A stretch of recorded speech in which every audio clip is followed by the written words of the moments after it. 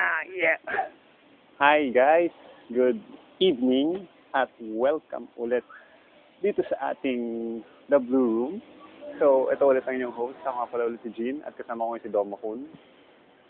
Anyway, so ngayon, itong Blue Room na topic natin ngayon is dapat nung isang araw ko pa ito ginawa. Kaya lang nagka-problema yung cellphone ko eh. Ito ay tungkol sa isang controversial na issue ngayon na ilang araw ding nalagay sa balita.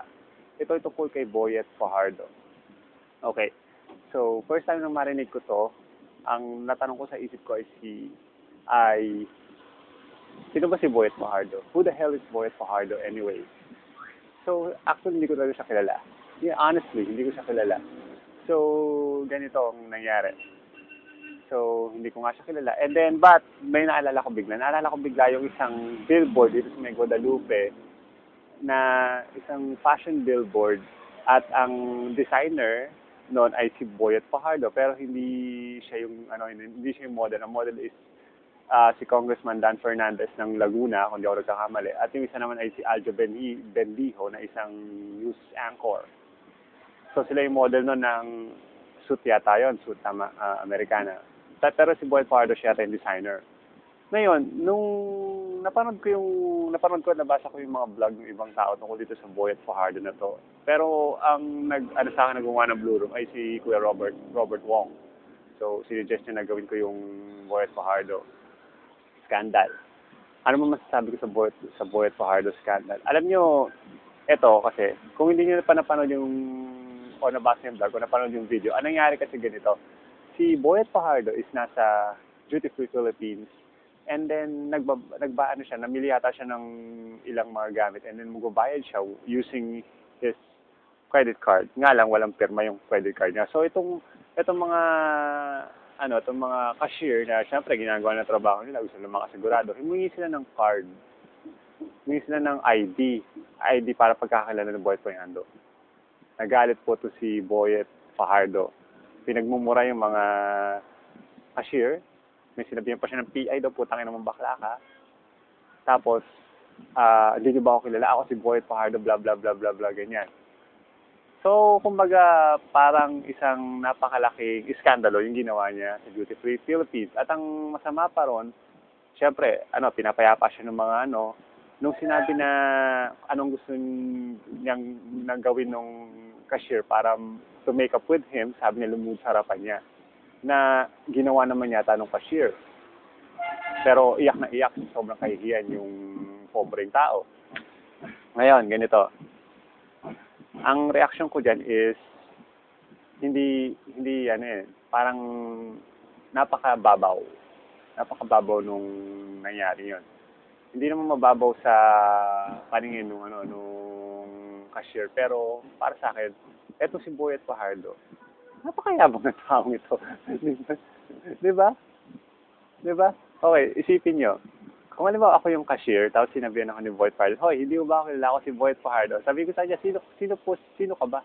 Hindi ko kilala si Boyet Fajardo. Sino ba si Boyet Fajardo? Kayo kilala niyo ba si Boyet Fajardo? Honestly, kilala niyo ba siya? Hindi naman, di ba? Buti ko siguro manakilala lang kay Boyet Fajardo yung mga talagang sa fashion eh. Pero yung mga ordinaryong tao tulad natin, tulad mo, tulad ko, kilala niyo ba si Boyet Fajardo ng gano'n? Kilala niyo ba yung tsura niya? Hindi, di ba? Ang kilala ko lang na fashion designer, si Frederick Peralta. Kilala ko sa mukha. Si Rahul Laurel dahil nasa Project Runway Philippines. Di ba? Si Henar Gosum. Yun ang makilala kong fashion designer. Pero ito si Boyet Fajardo, hindi ko pa nakita yung pagmumukha nito. Hanggang nung tingnan ko sa dyaryo eh. Diba? Kaya, sino siya? Sino siya kung para sabihin na gano'n na hindi mo ba ako kilala ako si Boyet Fajardo? What the fuck? Hindi kita kilala eh. Hindi ka namin kilala. Okay? So, gano'n. So, yun. Sana sinabi ng cashier na, okay, polite naman siguro yung cashier. Sir, hindi po namin kayo kilala. Pasensya na po. Ngayon, ginagawa lang ng mga cashier yung trabaho nila. Kailangan na kasi sa credit card ngayon, maraming mga loko-loko ngayon nagagamit ng credit card para mga panloko. Siyempre, humihingi na sila ng konting ng ID or identification na siya nga talaga may-ari ng credit card. So, okay, ang excuse yata no ni Boyet Fajardo, medyo pagod siya sa biyahe. Come on, that's bullshit. 'Di ba? Bullshit 'yun. Kahit pagod ka, wala kang karapatan na gawin 'yun sa mga tao na ginagawa ng trabaho nila, 'di ba?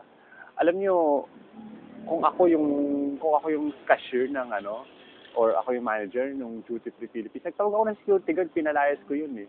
Tinadyakan palabas nung mall eh.